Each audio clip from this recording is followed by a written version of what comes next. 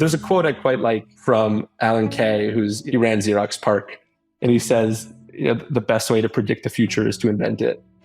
And I do think that especially right now, like this is such an exciting, important time where the future could be one of we all have to consume a little bit less energy, or we've kind of maxed out our per capita energy and we say, okay, now this is the amount that we're all allotted and let's just make it clean.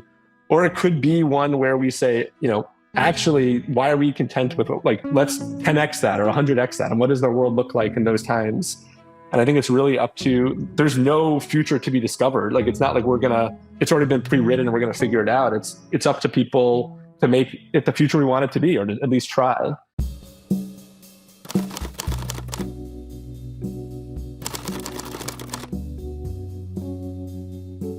What a perfect quote to kick off the last episode of this season of Age of Miracles. That was Matt Slotkin, the founder of Blue Energy, the company that plans to build nuclear reactors in shipyards, put them on boats, and float them to end markets around the world. The best way to predict the future, Matt said, is to invent it. That's a good way to summarize the point we've been trying to make this season. We can live in an age of miracles, but it's going to take a lot of work. Energy is kind of like the meta version of that idea. The world is in the middle of a transition to cleaner, more abundant sources of energy like nuclear, fusion, solar. And as we've covered throughout the season, it's incredibly hard to pull off. Of course, there are the technical aspects. Figuring out how to unlock the energy latent within atoms is one of humanity's greatest discoveries to date. But the discovery is just the starting point. Between innovation and impact, there is a gauntlet of opponents, regulators, construction challenges, financing costs, supply chain issues, public sentiment, and setbacks. On the other side, though, if we figure out how to overcome all of the hard things standing between us and widespread nuclear fission and fusion energy production, all of the other really hard things we want to pull off will become a whole lot easier. That's why we chose to do the first season of Age of Miracles on the energy sources of the future. In the first episode, we said that energy is at the root of prosperity and progress, and I believe that even more strongly after working on this season. If a genie gave me the ability to plant one idea deeply in the minds of everyone in the world, I might choose that one. Energy abundance is the most important thing we can work towards as a species. More than simply surviving climate change, we have the opportunity to unlock a new level of human thriving if we can successfully navigate this transition. Fortunately, the world seems to be waking up to this idea. On episode 6, we mentioned rumors that the US would lead an international coalition at the COP28 climate summit in committing to triple nuclear capacity around the world by 2050. A couple of weeks ago in Dubai, that happened. Nuclear wasn't even on the table at these summits a couple of years ago, and this year it was the main event. Michigan Governor Gretchen Whitmer recently put out a video saying that her state was working with private and public partners to reopen the shuttered Palisades nuclear generating station. She said, going forward, nuclear energy will be a piece of our clean energy strategy. International agreements and pro-nuclear statements don't put gigawatts on the grid. The ITER project is proof that even with the best intentions and biggest budgets, these projects can take a lot of time. But popular support is a prerequisite to production, and popular support is certainly shifting in nuclear's favor. Yeah, the momentum feels even stronger than it did in the beginning of the season just 10 weeks ago. But turning that popular support into power is going to require a sustained effort from thousands of people over the next decade and beyond. On the fission side of the world, utilities will need to order Westinghouse AP1000s, first one at a time, then 5 at a time, then 10 at a time, and take advantage of the talent trained and lessons hard won at Vogtle. Small modular reactor companies like Oklo and NuScale will need to deliver on the opportunities they've been given and that they've earned. And we'll need to see the developer model come to nuclear in force in order to make building reactors large and small more efficient.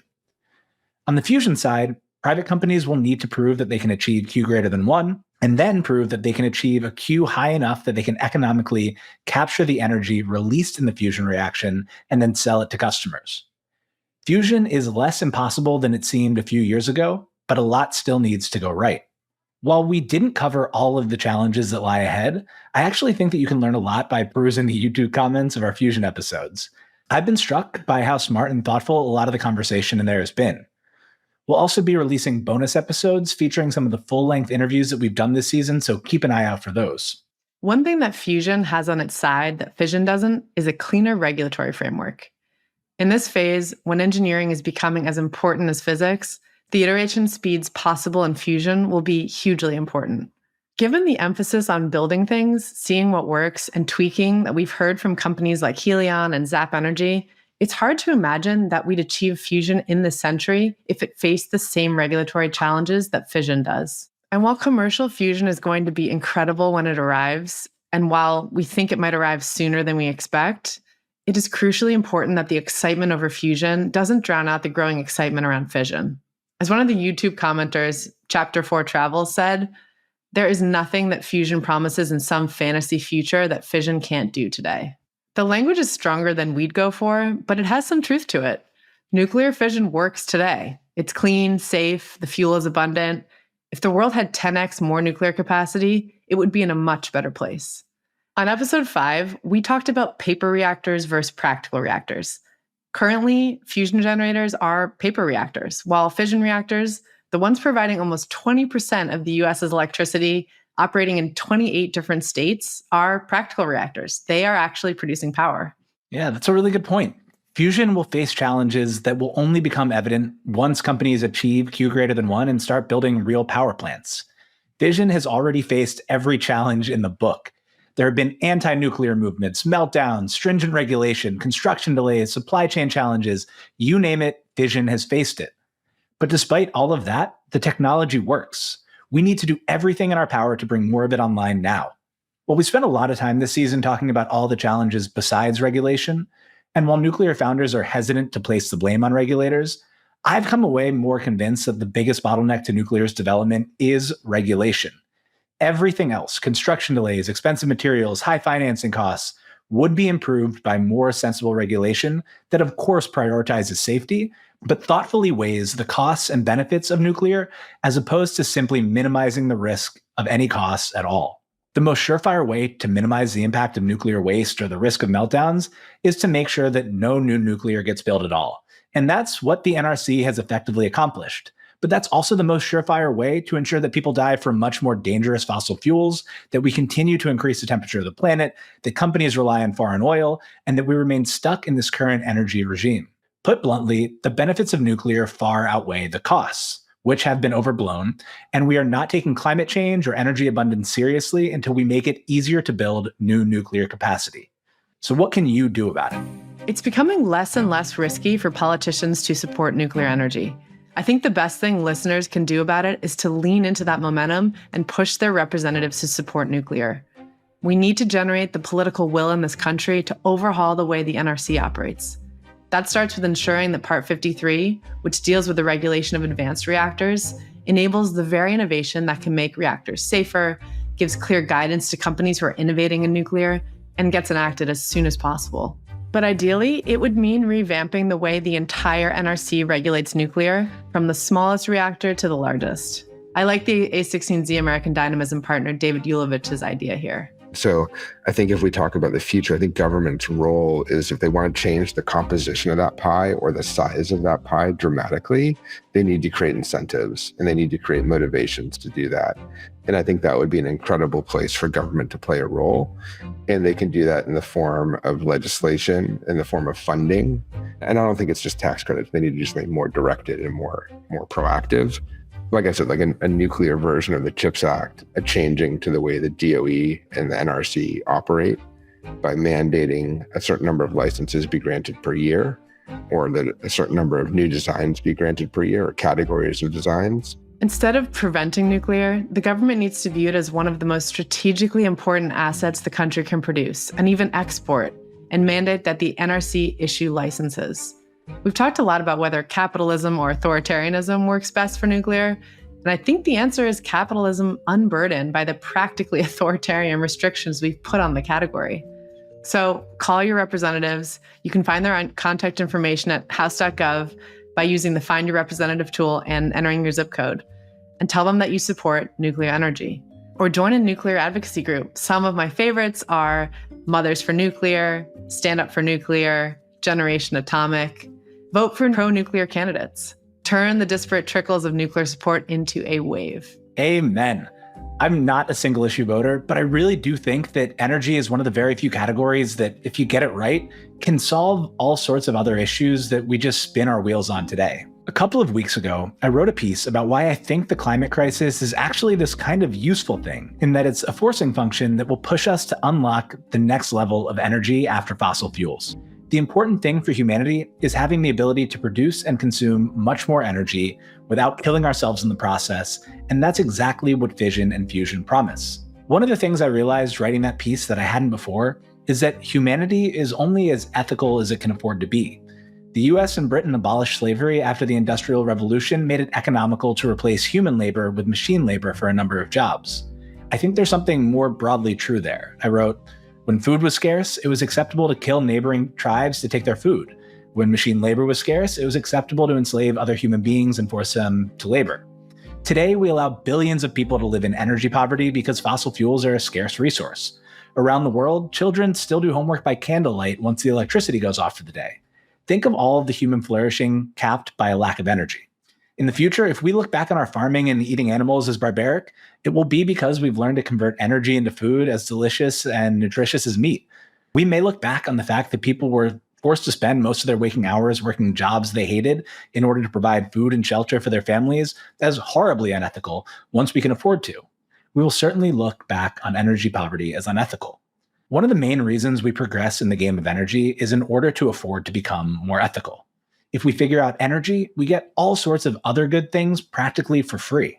We can talk all we want about how energy-dense nuclear is, or how clean or how safe it is.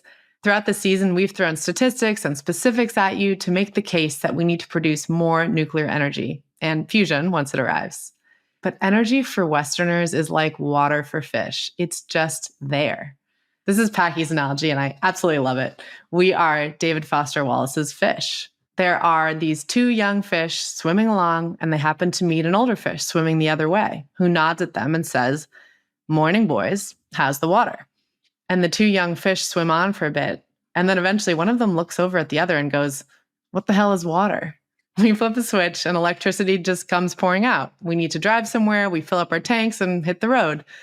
The best possible outcome for energy is that you never have to think about it, because it just works, and it doesn't limit anything you want to do. So to end this season of Age of Miracles, we wanted to leave you with specific visions of what the world looks like when we have abundant energy. Thanks for listening so far. Hang on, we'll be right back after a quick word from our sponsors. Are you a founder who spends far too much time on bookkeeping or taxes? Good news, we partnered with our friends at Pilot.com, so you never have to waste time on accounting again. How nice does that sound? Pilot is an accounting firm specifically built for the unique needs of startups. Pilot provides accounting, CFO, and tax services that are designed with flexibility and scalability in mind. As a founder, you have a million things going on: sales, fundraising, product, hiring, and more. It's hard to find time to do it all. Pilot's team of full-time, US-based experts take care of accounting, bookkeeping, and taxes for you, giving you the time you need to lead your business. Whether you're just starting out as a team of two in a garage, or you've grown to a multi-100-person team, Pilot will support you at every stage of the journey. Jeff Bezos famously said, "Focus on the things that make your beer taste better," meaning focus on the specific areas that make your product better. For anything else, bring in the experts. You'll get higher quality work, and you'll be able to focus on your own unique strengths. Speaking from experience here, accounting is the sort of thing that you really want done by an expert like Pilot. Expert accounting doesn't just save you time, it gives you the information you need to make better business decisions. And Pilot truly are experts. They're the largest startup-focused accounting firm in the US, and they've worked with thousands of startups, including companies like OpenAI, Scale AI, and Airtable, scaling with them from pre-seed to Series C and beyond. To get 20% off your accounting bill for the first 6 months, go to pilot.com/Packy. That's pilot.com/Packy. This episode of Age of Miracles is brought to you by Tegas, the go-to research destination for bold investing. Investors are always on the lookout for the companies who will disrupt the status quo. So why stick with vendors who are unwilling to innovate? Tegas is opening up a whole new world for investors. It gives you access to new data, proprietary data, AI, and technology that no other company in the world has. With its unified platform, you can combine fragmented workflows under one roof and compete on your ability to analyze companies, not on how well you aggregate data. The impossible is the new normal. Learn more and start your free trial at tegas.com/miracles.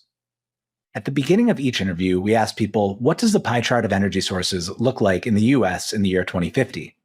We shared some of their answers in episode 7, when we covered all the other energy sources that people are excited about besides nuclear. And we want all of them. Nuclear fission, fusion, solar, geothermal, hydro, and yes, even wind. At the end of each interview, we asked every guest a different question. What does the world look like when we have abundant energy? The answers highlight why getting this transition right is so important, how more energy will have a real impact on people's everyday lives, and why we chose to do the first season of Age of Miracles on nuclear and fusion energy. So we're going to let you hear our brilliant guests' specific visions of our abundant energy futures straight from them, starting with Josh Wolfe at Lux Capital. Like if you ask me the single most important word or concept to understand, it's entropy. And the way you fight entropy, the natural trend towards disorder in thermodynamics, the second law, is by putting energy into a system. It's true of our human body. It's true of our relationships between each other in a metaphorical sense. It's true of companies that need lifeblood of capital, whether generated by internal operations or fundraising. It's true of society writ large. It's true of your room. You know, if you don't constantly clean it, these things trend towards disorder. And the way you stop disorder and create structure is by putting energy into systems. Abundant energy would reduce entropy and create progress. And it's just like, to me, that is when you see these old visions of the future, like even if you played SimCity back in the day, it was nuclear reactors. They had the little atomic thing that was, you know, with the monorails and the flying cars. It wasn't like coal and so like, yeah, there were some solar cells maybe in the little thing before Godzilla came and, you know, stepped on everything. But elemental energy, nuclear power, I think, gives you that. So if you have abundant energy, then you have desalinated water. You know, water everywhere, but not a drop to drink. We have abundant water, but there's so much salt in 98% of it. And so if you could desalinate water, the way you do that, whether it's reverse osmosis, it's very energy intensive. But if you have cheap energy and it's abundant energy, now you've got abundant water. Well, now if you have abundant water, you can irrigate all kinds of places that, you know, don't have arable land. And so, you know, Arizona spends so much money, Southern California, so much money on, you know, watering their gardens and pools. But then you've got agriculture and you've got healthy food. And you can spread that to the world. So that to me is the virtue, that you would have abundant energy, abundant water, abundant food. And then you can see that if that's a clean source of electricity, let there be 1 million electric cars, whether they're, you know, Elon's robo-taxis or they're Audi or BMW or Porsche or Toyota or Honda or whoever, GM and Ford. We will have electric cars. We will have far less roadways and people will have less parking spots. There will be more green inside of cities. I think cities just generally are getting more and more green for a variety of different reasons. And then manufacturing becomes a playpen for people with abundant energy to tinker and experiment. Transportation costs decline. You know, it's a beautiful world, and it's elemental. Clean water, green spaces. And here's Terraform Industries' Casey Handmer. More energy is better, particularly carbon-free energy or carbon-neutral energy. This is how we extend the sort of wealth that you and I enjoy to 8 billion, 10 billion people plus their friendly AIs. This is how we kind of finally put most of human needs below the API. But one particular case that I think is interesting for expansion of hydrocarbon consumption is aviation. So right now, aviation consumes something like 2% of the global hydrocarbon supply, which itself is roughly $7 trillion per year industry. So it's just a huge, like, just since we've been talking, the global oil and gas industry has turned over $1 billion. Think about that. But there's this mindset that says in order to solve the carbon emission problem from aviation, we're going to have to compel a carbon tax to pay for offsets, which are kind of rubbishy anyway. It's not really controversial for me to say that. And also increase the price of flying to make it more exclusive. So like, screw poor people. You get to go nowhere or go someplace slowly. You get to spend your limited hours, the amount of hours you've got left before you die. You have to spend sitting in some, you know, shitty slow bus or train going someplace. And, you know, it's for your own good. I just think that I don't like that mentality at all. I think that we should be like, oh yeah, we figured out how to make synthetic fuel. And by the way, it's like 10% denser than kerosene, so your planes can fly further. And it's also like half the price. So like now, instead of 10 million people routinely flying planes, it's like 100 million people routinely flying planes. And because it's so much cheaper, we can like get back on the like supersonic transport bandwagon again, which kind of, you know, Concorde fizzled out because gasoline got expensive, kerosene got expensive. So I just think it's a super exciting future if we're like, well, actually, you know, gasoline's now fairly durably $1 per gallon anywhere on Earth. Maybe it's a little bit cheaper in the equatorial areas. which is like, again, nice for them. And 10 million people, you and I, who fly planes routinely, we get to fly supersonically, so I can go to Australia in 4 hours instead of 12 or 14. And then, another 100 million people, billion people can fly planes around the world to education, work, meet their loved ones, just have a better and cooler life. And then obviously we can spend a fair bit of fuel flying people to other planets as well. But that's actually a drop in the ocean. Yet the number of people you would have to fly to other planets to even make a dent in global hydrocarbon usage is a staggeringly high number. I hope it comes true, but it'll be a while yet, that's for sure. This is what I mean by saying that solving energy makes all sorts of other problems easier. If we figure out energy, we can figure out supersonic flying again. We can go to Japan to get sushi. And here's Angelica, who was one of my favorite interviews throughout the season. She was such a good sport. We asked her to support wind, and she ended up supporting nuclear and telling us what the world looks like if we get that right. And it's straight out of sci-fi. Well, there are Star Wars people and Star Trek people, and I'm very much a Star Trek person. And when you watch the Star Trek, especially the Next Generation, what you see is a society that has transcended the material squabbles. They've gone post-scarcity, post-economics. And there's still an infinite amount of exploration to be done, lives to be lived, art to be created. But they're not constrained by their next meal. They're not constrained by these pressures that stop them from living life to the fullest. I think about how right now in the world, there's all these people who are living lives that are so much more constrained than my own in third world countries, where they might not be able to study, or girls might not be able to reach their full potential because they're tied to the drudgery of having to wash laundry by hand. And the easiest metric to determine whether or not they have these good lives is power usage. And you see that the poorest countries use so little power compared to the rest of us. And I've just come back from the Philippines, a country with enormous potential and a very, very skilled and desirable workforce. We know that because Filipinos go all over the world to work because they don't have opportunities in their home country. And while there are many factors for why that is the case, one big one is the Philippines as an archipelago nation doesn't have a stable grid. And power is not just expensive, it's unreliable. The potential of that country can never be fulfilled without cheap, stable electricity. And I believe that's also broadly true all over the world. The rich world needs nuclear energy to decarbonize, and the poor world needs abundant, affordable nuclear energy in order to thrive. And right now, nuclear energy is low carbon, but it's not cheap and abundant yet. But we know that that's not a physical impossibility. We just need to find a way to get over our fears and engineer a way to make it so. And I believe in our human ability to do that. Next, here's Alex Epstein, the author of Fossil Future. If you love energy, you should just be really excited by what can we do if there's way more of it. So if we had that where it was so cost effective that energy use ended up multiplying by 10, just let's think of a few things. One is just everyone could actually be prosperous. And I've said, I think that the life of the average person around the world, if most of us got put in their position, we would consider it to be the apocalypse. We go without power for a few days and we just think, oh my gosh, the world is over. And that's a normal thing. It's even hard to talk about just what it's like if you really think concretely about what it's like not to have reliable electricity. I talk a bit in my books about just what it's like to not have incubators and you have a premature child and just like that child dies. And in the United States, it's like you don't even think about it much later. And yet it's a permanent tragedy for millions of people. And this is happening all the time. So life could just continue progressing and billions of people would have better lives. And I think that's better for everyone, but it's certainly better for them. So one is just you can actually have people rise out of poverty. Another one is medical care. Medical care and longevity. A lot of what we have now in terms of medical care and longevity is based on having really cost-effective energy, in part because we just have all these amazing machines that use a lot of energy and that take a lot of energy to produce. So the cheaper those get, the better.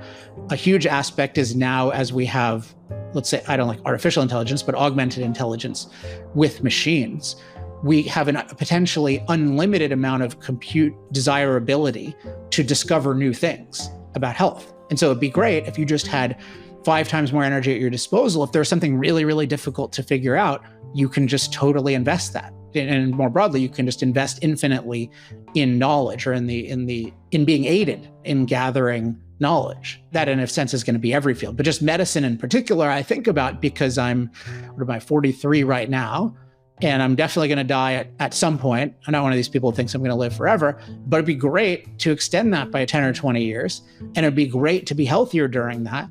One of my sentimental favorites is macro climate mastery. The higher ability you have to neutralize climate dangers and harness climate benefits, the less relevant it is what your particular climate is doing. And this is why in the United States, we can all have a life expectancy around 80, despite the fact that we have polar Alaska, swampy Florida, we have Texas, we have all these crazy climates.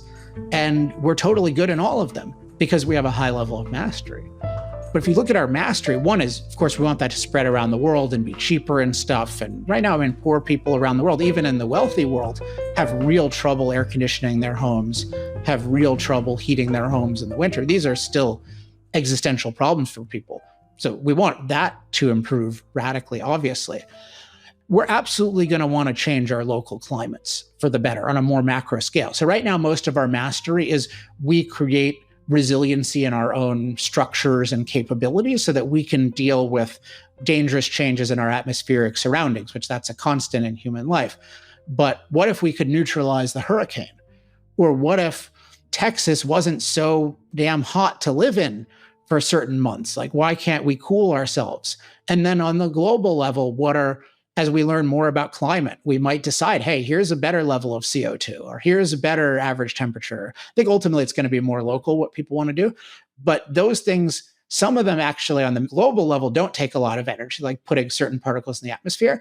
But I'm guessing a lot of the local stuff will. Then the final thing, which I think is also underrated, is just ubiquitous, fast transportation on demand. You only have a very limited amount of time on Earth.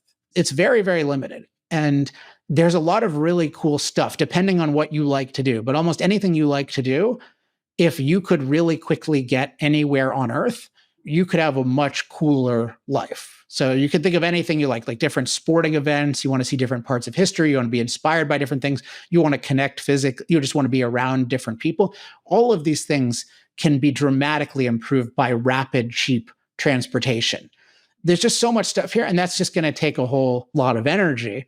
But that's exciting. You can just imagine a world where it's just much, much more enjoyable because you're able to just travel all these amazing places and be around the people. And I'll just say that I really only align with people who are excited about energy abundance, regardless of how they think we're going to get there.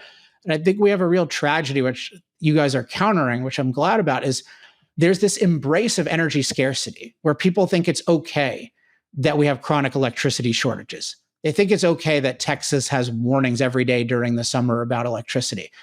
They think it's okay that people are trying to ban short-haul flights in Europe. Like, hey, why do you need such convenience? Take a longer amount of time. This is embarrassing. We should be embarrassed by regression because we have all the raw material. We have more ability to acquire knowledge than all the raw material to have abundant energy. We have more knowledge than ever. And it's only our bad ideas and bad policies that are holding us back. I'm so alienated by people who see regression or even non-enthusiasm for progress and who think, this is okay. I don't mind this. And that's sad for them. I mean, it's depressing that they think of themselves that way. But then if you think about, well, most of the world is just incredibly poor and you're okay with that continuing, then that's a really perverse view. So I was excited to talk to you guys because you clearly stand for progress, for real progress, and for energy progress. That's what we should all be talking about. And unfortunately, that's talked about less than 1% as much as let's get rid of our climate impact, which even if that was necessary, that is not an inspiring goal. I love that we end with all of the people we talk to and what their vision is for an abundant energy future. It's kind of where our whole journey here began. I mean, Packy, you and I, when we started working on this, we said, well, why do we even care about energy? You just flip a switch and your lights work. It's like no big deal. We got energy. It's cool. But you realize how much, first of all, the rest of the world is held back by lack of energy. Imagine spending all your day gathering firewood just to cook your dinner, right? But we sometimes forget that our own potential as, as the Western world is still hampered by lack of energy. We could be doing so much more. Our quality of life could be so much further improved. And we know that the cost of everything we do and make is rooted in energy. So as soon as you're able to bring the cost down for that and have more abundance of it, everything else gets better. Yeah, amen. I was listening, and this is an accidental cross promo for another Turpentine show, but I was listening to Live Players, the show that Eric and Sam Oberger are doing. And he had a really interesting point, which was actually what's holding energy back, what's holding nuclear and solar and everything back, is that there's actually not enough demand for energy. And so it makes the economics not work. I think he said if there's a population with 100 times more people than the United States, the economics on a nuclear plant would make all of the sense in the world. To me, that kind of just sounds like a challenge to get more ambitious about what we want to do with our energy. And to your point, energy is a thing where if it gets cheaper, you use more of it. So maybe another ask is think about all the things that you might want to do if you had access to unlimited energy. Iceland, I tweeted this graph the other day, consumes like 2 or 3 times more electricity per capita than anybody else in the world. And they also happen to have, I think, 20% of their population are millionaires. Now they do, I think, aluminum smelting, and there are data centers that pop up there. And so there's all these things that they can do because they have all this free, I guess, geothermal mainly. But like that could be all of us. Like we could do things so cheaply that we can just build it easily, export it to the world, make people richer if we had more energy. So I think Samo's point was maybe a challenge to all of us to get more creative with what we want to do with our energy. I guess we talked about it a little bit earlier on, but there is so much momentum right now. Like all this stuff sounds sci-fi and futuristic, but it feels like it's kind of within our grasp. We talked a lot about how the NRC is very slow to approve new designs. We actually got a breakthrough there this week, didn't we? I know. It's awesome that we're kind of wrapping the season here with a really, really fantastic milestone from the NRC. They've been notoriously kind of sitting on their hands a bit as far as licensing new reactors goes, but they just announced that they have approved the first advanced reactor, given a license for the first advanced reactor in half a century. So this is really exciting. This is the Kairos Hermes reactor. Granted, this license is for a test reactor for it, but hey, it's still, still progress here. I love to see it. And I think the NRC is feeling the heat, right? They're feeling the pressure of like, you got all these companies building great stuff. Like now you're the blocker. You got to unbottleneck all of this. And so I love to see it. It's amazing. Isaiah made that point, I think, in one of the conversations that we had, where he's like, yeah, like you could talk about badgering the NRC, but like what we really need is for entrepreneurs to get out there and just build stuff that is worth changing the regulations for. So it's cool to start seeing that happen. So I know that one of our inspirations for kind of like doing a narrative podcast is, Serial. Not that like we did anything like Serial or that we talked about a murder or any of that, but like this idea of having a story that fits within a season. That one ended, I think, on a cliffhanger. We didn't know whether Adnan was guilty or not. I forget the ending of that season, but it was a package story that kind of was time-bound. The murder happened, the trial happened, and then like something was going to happen with Adnan. The fun thing about this one is we tried to put as much information and a story in one season as we possibly could. But this thing is like very, very much ongoing. I would say definitely follow Julia on Twitter to see what happens at Antares and follow her sharing things in nuclear. Definitely follow some of the guests. I've particularly enjoyed following Nick Torrin on Twitter. It's like a mix of modern news and then like also old school nuclear diagrams. He's a great follow at What Is Nuclear. But like this story is still ongoing. So as we wrap up this season, one, we're going to release a bunch of full episodes with guests that we've had, some of our favorite episodes throughout the season to get a little bit more detail on those. Two, though, hopefully this isn't the last that you hear from Julia and I on this topic. We will be doing an Age of Miracles season 2 on a new topic, and we'll need to figure out exactly what that one is. I have some ideas in the hopper, but I'd love to hop back on with you at some point in the next few months and just kind of see what's going on and give people an update on what's happening in nuclear, because it does feel like maybe not crypto and AI speed, but stuff is happening at a really rapid pace for an industry that has moved so slowly for such a long time. So I think it's fun that now, like, I feel like I have the knowledge to go out and see what's happening in the news and like actually contextualize it and understand what's going on. And that was one of the big goals of this season for me, was to at least give that base for this thing that I think is going to be so important going forward. Well, I feel like we should wrap it up here by turning it back to Julie Kazaraki from the DOE. She's got a great quote here on reaching our potential. So I'm going to turn that over to her. And also that we are in a very special moment right now that won't last forever. So I think that is my last point, that we cannot wait. We've got some really incredible legislation that happened. We have an extraordinarily supportive administration. There's been a lot of focus on nuclear in particular. And so I hope that folks don't let the moment pass. And I hope that they lean in, take a big breath, and set us on a path to actually realizing our potential.